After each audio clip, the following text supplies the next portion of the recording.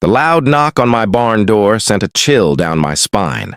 When I opened it, 4 men in black shirts with the bold letters, HOA printed on the front, barged in without asking. Their leader waved a clipboard in my face and barked. "By order of the Homeowners Association, we're here to confiscate all firearms on this property. Hand them over now or face consequences." I froze, my hands tightening behind my back, but kept my voice calm. "This is my land. You have no right to be here." The man smirked, leaning closer. "We are the law here. You don't get a say?" His buddies dropped duffel, bags to the ground, and began scanning my barn like they owned the place. My blood boiled, but I didn't move. Not yet. Then one of them spotted my old hunting rifle hanging on the wall and shouted, "Found one!" He reached for it, but I stepped between him and the gun. "Back away," I said, my tone sharp. The leader laughed, a cold, fake laugh. "Or what, you'll call the cops?"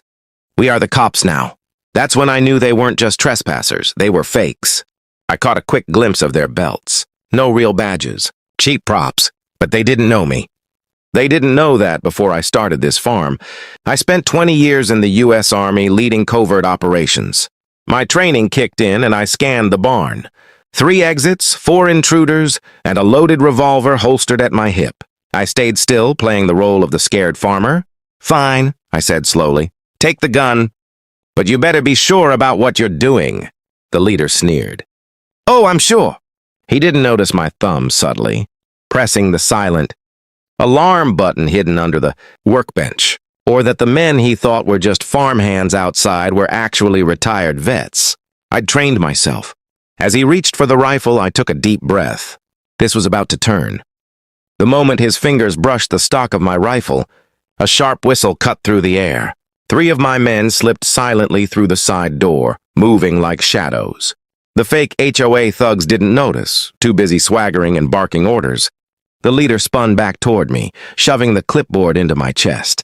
"Sign this notice," he demanded, "or we'll seize every weapon you own and fine you 10 grand for violating HOA safety codes." I glanced at the paper. It wasn't even an official document, just a cheap printout with my name spelled wrong. I smirked. "You really think this is gonna hold up in court?" His jaw tightened. "Court? You won't make it to court." He nodded at one of his men. "Bag the weapons. If he resists, bag him too." One of the thugs moved toward me, flexing like he was about to grab me. That's when I finally dropped the act. In one swift motion, I drew my revolver and aimed it squarely at his chest. The entire barn froze. "Step back." My voice was calm. Steady, too steady for a man who was supposedly terrified. The leader's face went pale. "Whoa, whoa! You can't pull a gun on HOA officials!" I tilted my head, a cold smile creeping onto my face. "Funny thing about that, HOA officials don't usually carry plastic badges." One of my men outside kicked the door open, a shotgun in his hands. "Boss, perimeter's secure," he said, eyes locked on the intruders. The 4 fake officers panicked, looking around like trapped animals. The leader raised his hands, trying to regain control. Okay. Let's all calm down. We were just following orders." "Whose orders?" I barked, taking a step closer. He swallowed hard, then stammered.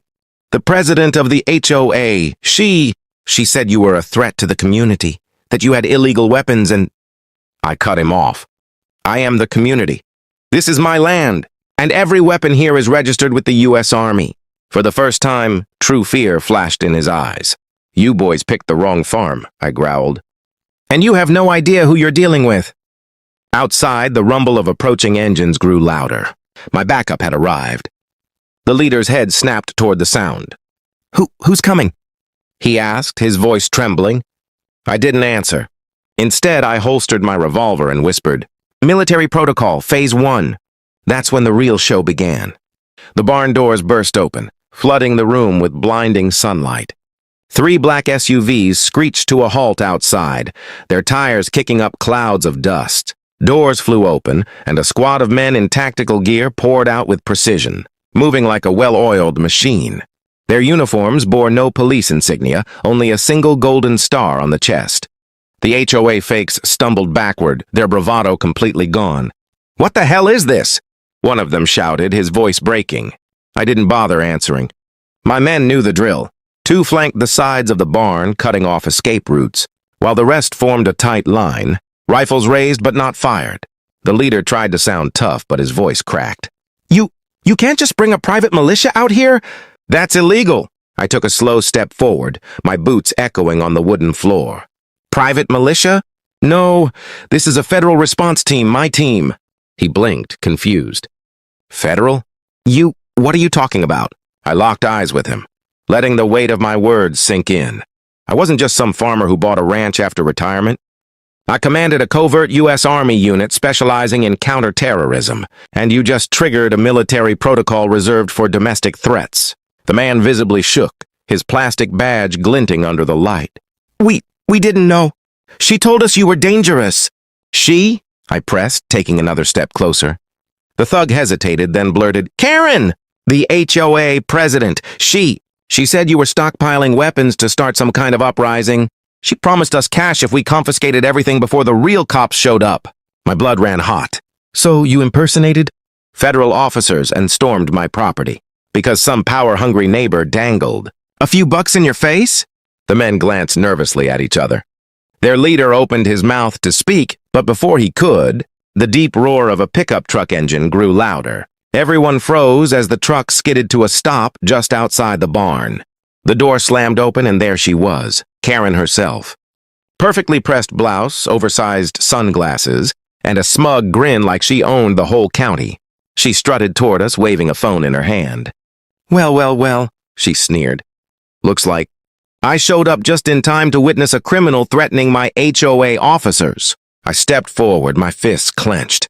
These aren't officers, Karen. They're criminals. Just like you. Karen laughed, a sharp, grating sound.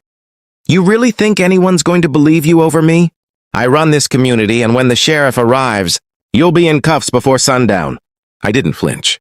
Karen, you have no idea what storm you just walked into. Behind me, one of my men murmured, Boss, Phase 2? I gave a slow nod, my eyes never leaving hers. Phase 2. The next few seconds would change everything. Before Karen could even process my words, my men moved like lightning. Two of them snapped cuffs onto the fake HOA thugs while another confiscated their cheap badges and weapons. The leader of the group tried to protest, but a rifle muzzle pressed against his back silenced him fast.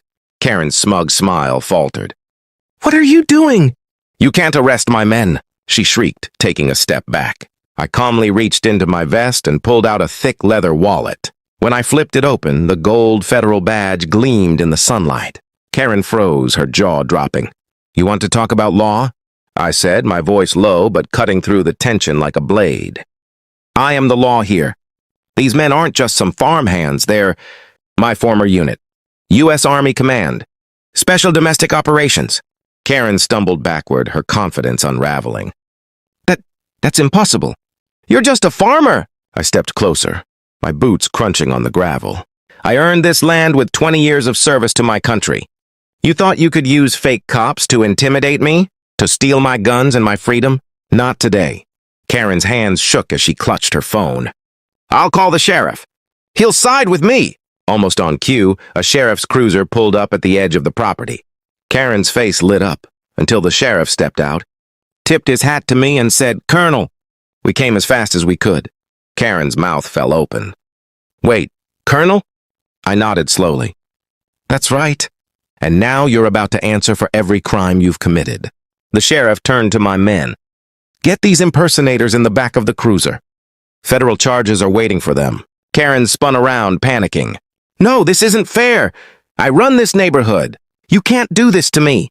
I looked her dead in the eye. You don't run anything anymore. One of my men handed me a small tablet showing live footage from the hidden cameras around my property. The video clearly showed Karen meeting with the fake cops, handing them cash and plotting the raid. The sheriff held it up for everyone to see. This is more than enough evidence. Karen, you're under arrest for conspiracy, fraud, and impersonating law enforcement. Karen screamed as the cuffs clicked around her wrists. No, this was supposed to be my victory. You ruined everything. I leaned in close, my voice just loud enough for her to hear. You didn't just mess with me. You messed with a soldier who's sworn to protect his land and his country. As she was dragged to the cruiser, my neighbors started gathering near the fence line, whispering and recording with their phones. I raised my voice so everyone could hear. This land was paid for in blood and service. No HOA, no corrupt official, and no Karen will ever take it from me or my family. The crowd erupted in cheers as the sheriff drove off, taking Karen and her fake army with him. I turned to my men, finally letting out a breath. Phase 3, clean up and reset. One of them grinned. Yes, sir. Same time next week? I chuckled, holstering my revolver. Let's hope we don't have to.